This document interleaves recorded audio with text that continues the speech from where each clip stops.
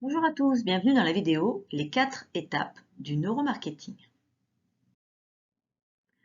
Donc les 4 étapes du neuromarketing, c'est ce qu'on appelle la méthode FRAP de Christophe Morin et Patrick Ramboisé. Pain, Claim, Gain, Brain. Alors je les ai laissés en anglais parce que c'est quand même plus percutant que si je les traduis en français et on les mémorisera aussi également plus facilement. Évidemment, après, je passe en français. Donc voici l'étape 1, le diagnostic des frustrations. Donc tout d'abord, dans l'acte d'achat, soit on a peur de perdre, soit on a peur de regretter quelque chose. Donc il faut bien comprendre le besoin de son interlocuteur, il faut l'interroger, écouter ses frustrations. Essayer de vendre sans passer par cette étape, ça revient à suivre la prescription d'un médecin qui ne vous aurait pas ausculté au préalable. Étape 2, la différenciation des revendications. Donc d'abord, il faut mettre en avant les spécificités de votre produit ou votre service. Le but, c'est de se démarquer de ses concurrents potentiels. Étape 3, démonstration de l'apport réel. Donc vous devez convaincre vraiment votre interlocuteur en faisant la démonstration de ce que vous venez d'expliquer. Vous prouvez la véracité de vos dires. Étape 4, vous déclenchez la pulsion d'achat. Vous insistez sur les frustrations ressenties par votre client. Vous récapitulez les messages forts pour favoriser la mémorisation. Les 6 éléments de la persuasion par Christophe Morin et Patrick Ramboisé. Tout d'abord, une accroche. Ensuite, vos revendications. Ensuite, votre vue d'ensemble.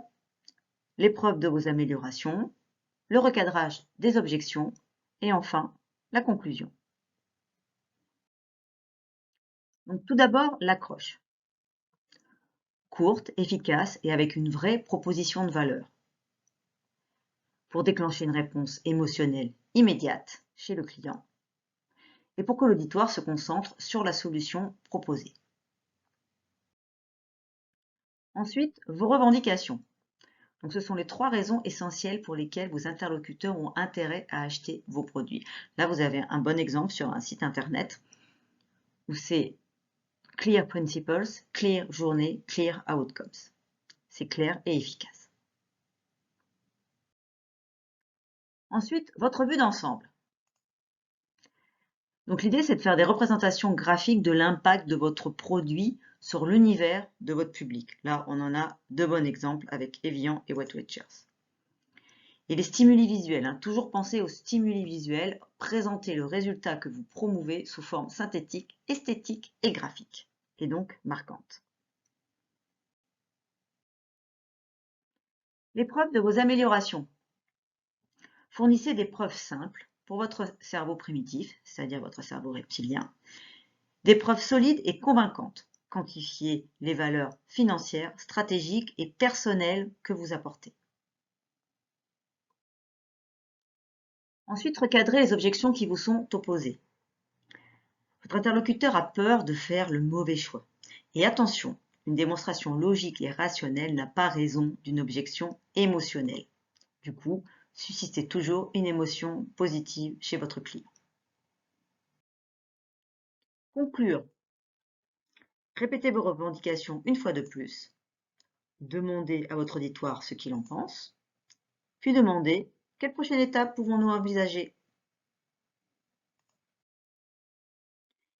Et toujours bien faire attention à votre communication non verbale pendant tout l'entretien. Concernant la bibliographie, il s'agit toujours du livre de Christophe Morin et Patrick Ramboisé, Décoder la persuasion, la révolution du neuromarketing. Merci pour votre écoute. Je suis disponible si vous avez des questions par mail. Au revoir.